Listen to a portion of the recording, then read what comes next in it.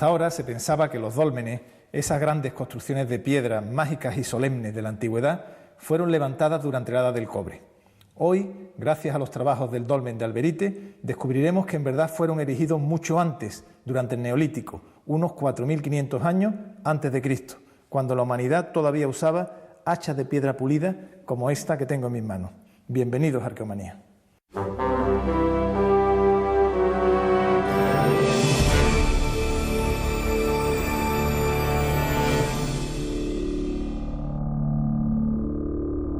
El megalitismo en la península ibérica ha sido un fenómeno plagado de dudas desde hace décadas. Se le atribuyó un origen mediterráneo, pero hoy en día esta hipótesis está en tela de juicio.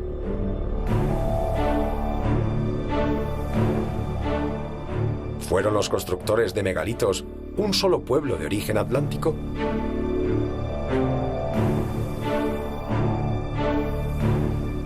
Los megalitos del sur de España se construyeron en el quinto milenio antes de Cristo, unos 2500 años antes de las pirámides de Egipto. Hasta ahora, la historia nos decía que hace 6000 años, en la península ibérica, no se habían desarrollado sociedades complejas. Aquellos hombres habían abandonado la caza para empezar a establecerse en los campos y cultivar. Eran muy primitivos, tribales, desorganizados. Todavía faltaban 2000 años para ver una sociedad formalmente constituida. 2000 años para acercarnos al desarrollo de otros lugares del mundo mediterráneo. Es un monumento muy destacado, de unas dimensiones, como he comentado, muy importantes. Es un dolmen de galería o largo corredor.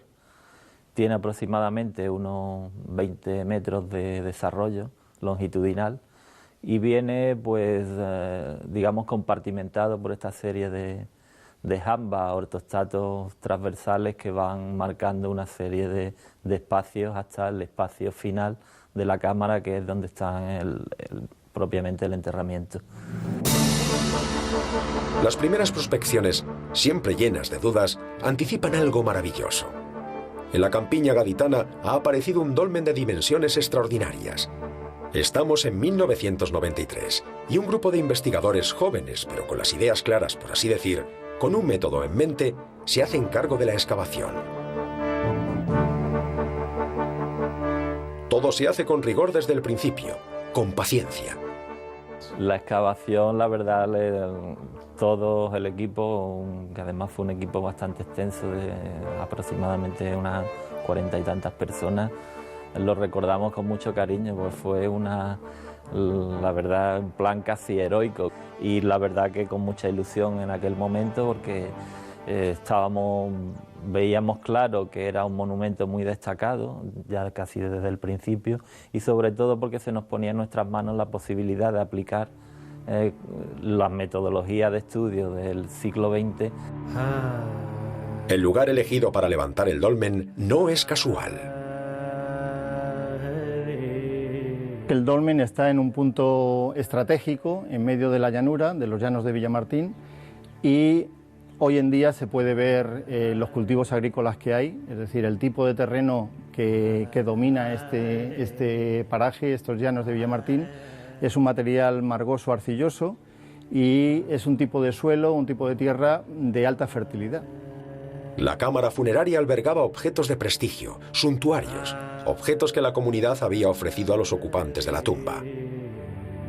¿Quiénes eran los propietarios de esa morada eterna? El estudio antropológico determinó que eran dos individuos de sexo masculino, de sexo femenino, un poco mayor el hombre, pero en edades jóvenes como son las de esperanza de vida de esos momentos, ¿no? La mujer prácticamente no llegaba a 20 años y el hombre de una mediana edad, ¿no? Es decir, son datos habituales. El hecho es que representan un ancestro común, que se identifican ellos con el ancestro de la tribu, con el ancestro de esa base de formación social tribal. Pero esos individuos tienen objetos que son de prestigio y que genera al colectivo un gran esfuerzo, porque conseguir comprar o adquirir esos objetos en redes exteriores les debía de representar un gran esfuerzo a la comunidad. Por tanto, hay todo un trabajo de toda la base social. Ellos son los referentes, quizás todos trabajan todavía para ese referente tribal, pero ahí está el germen de esas desigualdades. Tras un primer análisis visual de las piezas funerarias, los investigadores sospechan de la procedencia de los objetos suntuarios aparecidos en la tumba. Entonces comienza el trabajo de arqueometría, un trabajo que se prolongará durante más de 15 años. La arqueometría, o arqueología científica, se fundamenta en el análisis químico de los materiales arqueológicos para establecer su composición y procedencia. En la Universidad de Cádiz, Salvador Domínguez Bella realiza este trabajo. En un primer momento se procede a una inspección ocular de la pieza. Después, se continúa el trabajo en el microscopio convencional. Las imágenes obtenidas, de una gran belleza, permiten una primera identificación de los materiales. A los investigadores de Alberite les llama la atención especialmente dos piezas: un collar de cuentas y un enorme cristal de cuarzo. Uno y otro, el collar y el cristal de cuarzo, junto al resto de materiales del ajuar funerario, se someten a la observación al microscopio para establecer su composición. El collar presenta cuentas, las pequeñas piezas que se engarzan para formar el collar, fabricadas con variscita verde. La variscita es un material exótico en esta parte de la península. Solo existen yacimientos al norte de la provincia de Huelva, en Gavá, provincia de Barcelona, y en Zamora. Cuando se analiza el espectacular bloque de cuarzo tallado, se llega a una conclusión sorprendente. Procede posiblemente de un yacimiento en la Sierra de Madrid. Esto significa que ha existido una forma de comercio o de intercambio de materiales entre comunidades humanas muy alejadas geográficamente, lo que lleva a los científicos a plantearse la existencia de rutas de intercambio. Estamos ante el nacimiento de una forma primitiva de organización social, casi en el origen de un Estado. A fin de cuentas, en todo Estado se establece un orden social y formas de recaudación sobre el trabajo y la propiedad. Quizá la fiscalidad de entonces consistiera en aportar horas de trabajo o excedentes agrícolas. No se sabe. ¿Qué nos ha enseñado este dolmen en estos años también? Que los propios conceptos de la sociología, de la explicación de la sociedad, ha cambiado claramente. El tema es mucho más complejo y el tema marca una desigualdad clara. Quizá en relación a aspectos básicos, la propiedad de la tierra, que no todos sean campesinos, y esas especializaciones claras, ¿no? Puesto que fabricar varicitas, tallar, hacer las cuentas, tener expertos también en siles, expertos también en el propio ámbar, y los que mueven esos productos en esas redes son gente liberada del trabajo, puesto que en el inicio de las sociedades neolíticas todos son agropecuarios, ¿no? La propia construcción del dolmen reafirma esta tesis. Para ello es bueno hacerse una idea de la cantidad de trabajo realizada en el levantamiento del monumento. El dolmen presenta 35 ortostatos en los laterales, lo que vemos en los laterales, y hasta un total de 65 si contamos las piedras de cobertera que tapaban la estructura del pasillo del dolmen. En su mayor parte pues, proceden de la zona del Rosalejo, las lomas del Rosalejo, que están hacia el este, los afloramientos geológicos, y que estarían aproximadamente a unos 3 kilómetros y medio del enclave de Alberite I. La edificación de estos megalitos, la tecnología empleada para construir estos gigantes de las llanuras, ha sido un enigma durante años. En el conjunto monumental de los dólmenes de Antequera han realizado un trabajo audiovisual de investigación que sintetiza las ideas manejadas por la comunidad científica durante los últimos años. Las conclusiones son claras. La mayor parte de los miembros de las sociedades neolíticas del sur trabajaban conjuntamente en la construcción de los megalitos, de los dólmenes. Había un trabajo especializado de cantería, de transporte de los enormes bloques de piedra, de talla, y por supuesto, había uno o varios arquitectos. Los bloques de piedra se tallaban y pintaban con motivos gráficos de significado complejo. Y el dato más sorprendente, la datación, la cronología científica del dolmenismo en la península. Los trabajos llevados a cabo en Alberite retrasan la aparición de los dólmenes en Iberia al V milenio antes de Cristo.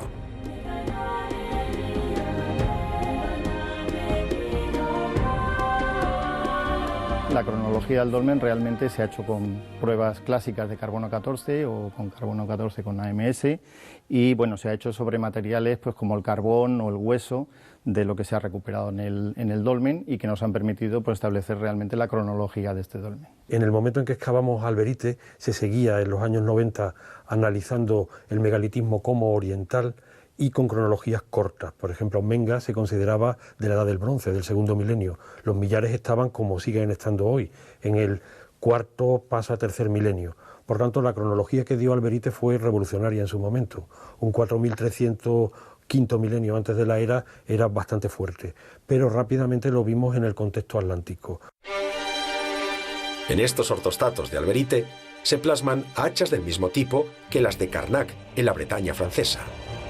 Las conclusiones de las investigaciones actuales dejan claro que el megalitismo peninsular no es de origen mediterráneo, como se creía hasta hace poco. Su procedencia es atlántica. Estamos ante sociedades que trabajaban la tierra y estaban organizadas. Sociedades que empleaban sus excedentes productivos en un complejo proceso de construcción de tumbas, que intercambiaban materiales o productos con grupos humanos establecidos a cientos de kilómetros. Sociedades con una fuerte creencia en el más allá, con una religión compleja que todavía se está comenzando a descubrir. La península ibérica está plagada de megalitos por todo su territorio. Falta mucho por investigar.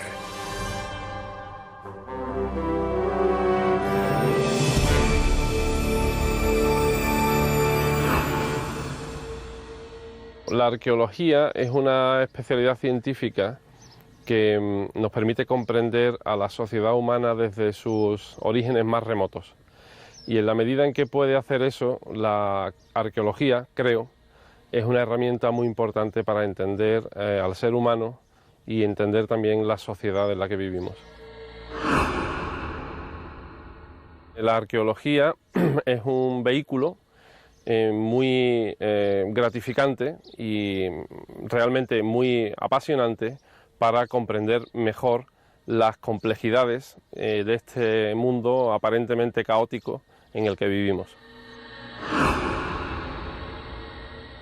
Pues ya que estamos en un conjunto megalítico tan especial como es Antequera, y dado mi especialización en este campo, sería pues realmente un desafío muy importante encontrar un enterramiento megalítico en unas condiciones pues bastante prístinas, bastante intacto, digamos, que nos permita hacer una investigación muy completa.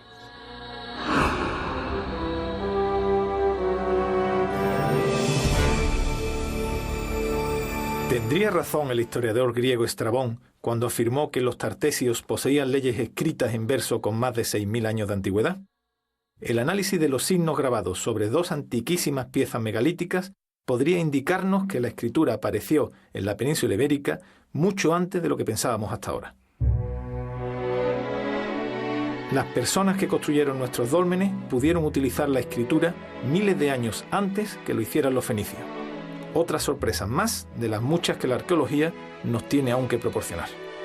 Nuestra riqueza arqueológica es tan importante que no puede ser por completo expuesta en los museos. Así todos ellos tienen almacenes donde se custodian, se almacenan, se clasifican por los numerosos hallazgos que se producen de forma continuada.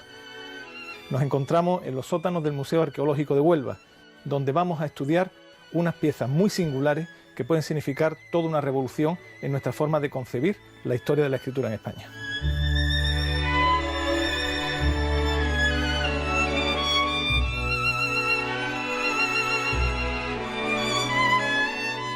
Nos encontramos en los sótanos del Museo Arqueológico de Huelva, delante de unas piezas excepcionales que Ana María Vázquez, profesora de Historia Antigua de la UNED, ha calificado como una de las más singulares y trascendentes de la historia de la arqueología española. Bueno, Ana María, me gustaría que me explicaras el por qué son tan importantes, qué vienen a decirnos estas piezas y cuál es la tesis que te permiten sostener pues, los signos en ellas inscritas. Pues la importancia de estas dos piezas que tenemos aquí delante es que en relación a las primeras escrituras que tenemos en todas estas, significa que estas son 4.000 años más o menos más antiguas que lo que tenemos aquí. Y esta es la primera vez que se escribe en la península ibérica. O sea que entiendo que si la tesis oficial y más habitual nos hablaba que los fenicios traen la escritura en el 750 antes de Cristo, tú mantienes que ya en la península había escritura 3.000 años antes de que llegaran los fenicios. Es una teoría revolucionaria, ¿no? Las mantengo porque esto tiene signos de escritura y esto tiene signos de escritura, es decir, como están también en contexto arqueológico y están perfectamente documentadas por el Museo de Huelva, que es donde estamos, pues es algo totalmente revolucionario, pero que cambia toda la historia de la escritura de Europa y de Occidente y de España, claro. La importancia que tiene esto es que tiene unos signos muy esquemáticos, muy alargados, que yo le llamo la escritura de Huelva I, que es muy semejante a como escribimos ahora. Por ejemplo, tiene la L, tiene los ángulos, tiene la W, tiene la U, y eso para ser del 4000 al 3000, calcula del 3200 a.C., es una revolución total y absoluta. Pero no todos los científicos coinciden con esta teoría. El mayor, digamos, escepticismo que se levanta alrededor de esa pieza nace precisamente del hecho de que sea una única pieza. Es una pieza aislada que incluso si aceptásemos que tiene signos que representan algún tipo de escritura, pues resultaría, como se dice ahora, una evidencia aislada.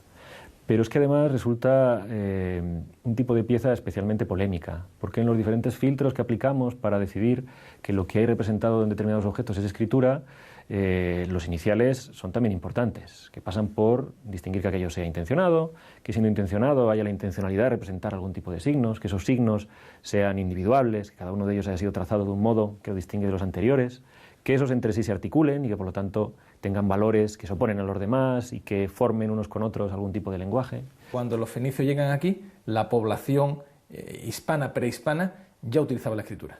Ya utilizaba la escritura y además lo escribían en materiales que eran propios de este área, como es de lo que está fabricado esto, que es una arcilla local con gránulos de pirita. Esto es una revolución total y absoluta, que en Huelva, en el 3000 a.C., alguien supiera escribir. Esta escritura todavía no está descifrada, ¿no? No podemos saber lo que dice. No, porque bueno, la posterior de 4000 años después no está, que es la ibérica.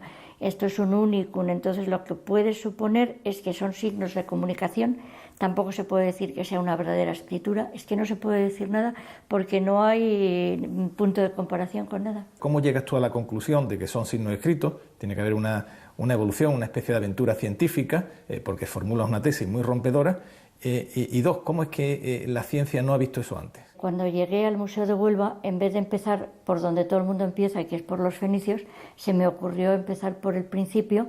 Y claro, me encontré expuesto primero esto en un contexto del 4000 a.C.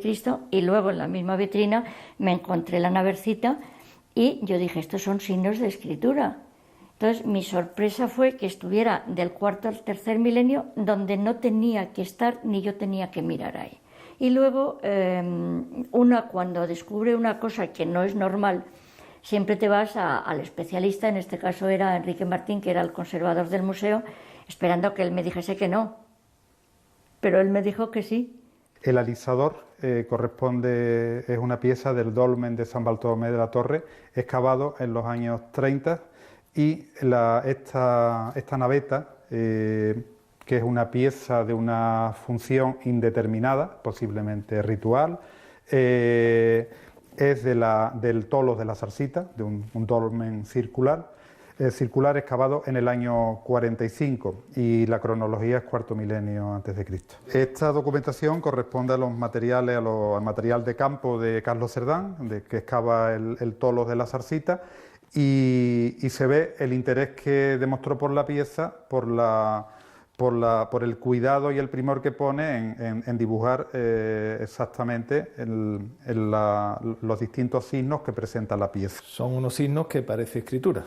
Sí, pero él no se pronuncia, incluso aquí en estas acotaciones hace referencia al material, a la arcilla rica en gránulos de pirita, a un paralelo estilístico, etcétera, pero no se decanta. Y en la publicación que los grandes especialistas, los Leitner, el matrimonio Leitner y Cerdán realizan en el año 52 sobre los sepulcros megalíticos de Huelva, se publica asépticamente como signo, sin definirse. En los años 50 esto era una cosa, bueno, prácticamente lo es todavía, muy novedosa, entonces no hay paralelos para esta fecha, pero ciertamente les llama la atención. Los fenicios, el primer alfabeto, digamos, con 28 signos, todavía no tenía vocales, es de 1400. De lo que hay aquí, que son estas dos piezas excepcionales, te indican que aquí alguien sabía escribir y además escribía en una arcilla local.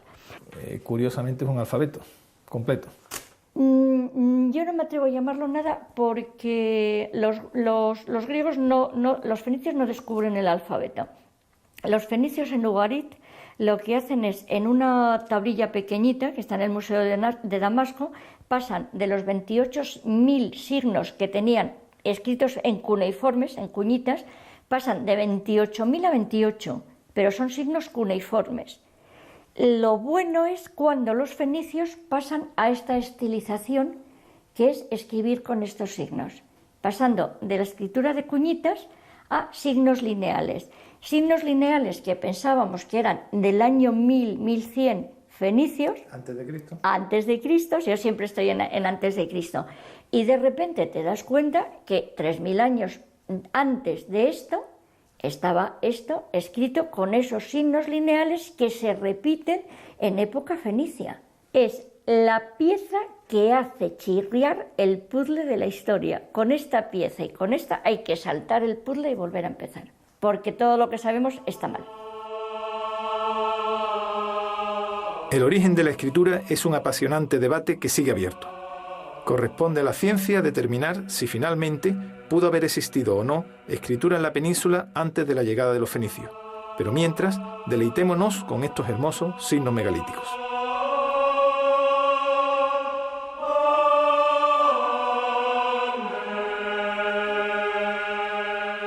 Las costas españolas aún esconden infinidad de tesoros por descubrir. Finalizamos nuestro programa con la visita a Arcua, el Museo Nacional de Arqueología Subacuática de Cartagena. Y no olviden que en nuestro próximo programa vamos a continuar contándoles lo que ocurrió hace mucho, mucho tiempo.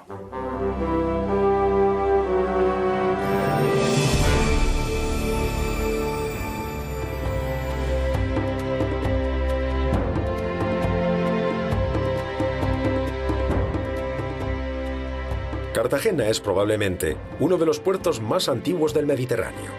Es en realidad un puerto natural. Su importancia histórica es indudable. Allí se puede visitar el único centro de España dedicado a la arqueología subacuática, el Arcua. En el Mediterráneo solo existe una instalación similar, en Turquía.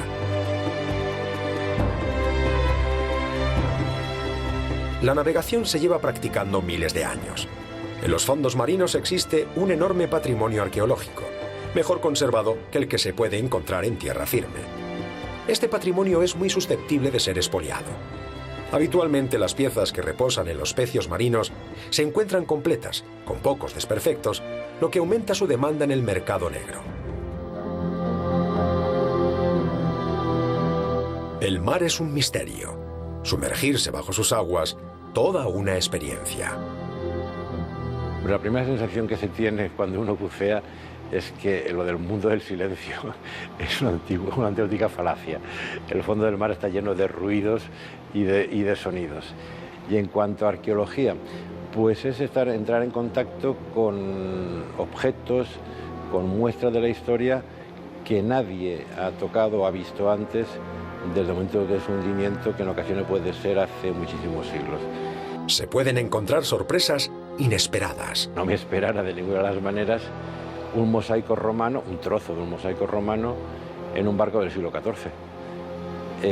Claro, la primera incógnita es qué hace un trozo de mosaico romano en un barco del siglo XIV. Bueno, forma parte del lastre de la embarcación. En el Arcua de Cartagena se propone al visitante un paseo por la historia de la navegación. Fenicios, griegos y romanos comparten una enorme sala, junto a otras piezas más recientes. Se pueden contemplar piezas rescatadas del mar como lingotes de bronce, ánforas, viejas anclas y objetos religiosos únicos como esta mano de reminiscencias herméticas. A cada época de la antigüedad se le dedica un espacio consistente en la reproducción de una embarcación tipo, la maqueta de un puerto y una colección de piezas, además de unas completas infografías que ayudan a los espectadores en la comprensión del contexto histórico. Desde el Arcua también se trata de explicar la complejidad del trabajo arqueológico bajo las aguas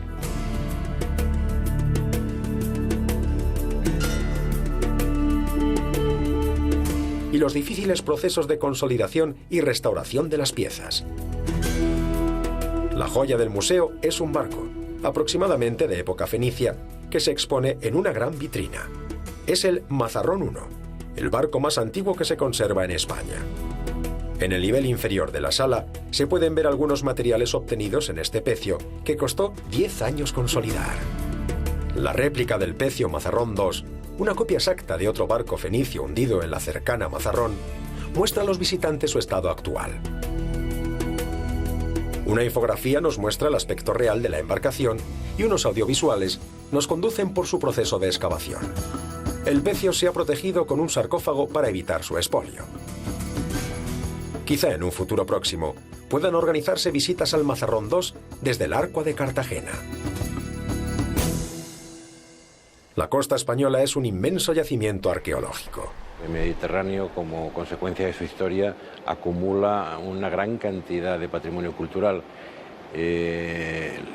Hemos encontrado una mínima parte, queda muchísimo por localizar. El Arco de Cartagena se asoma al mar y al futuro.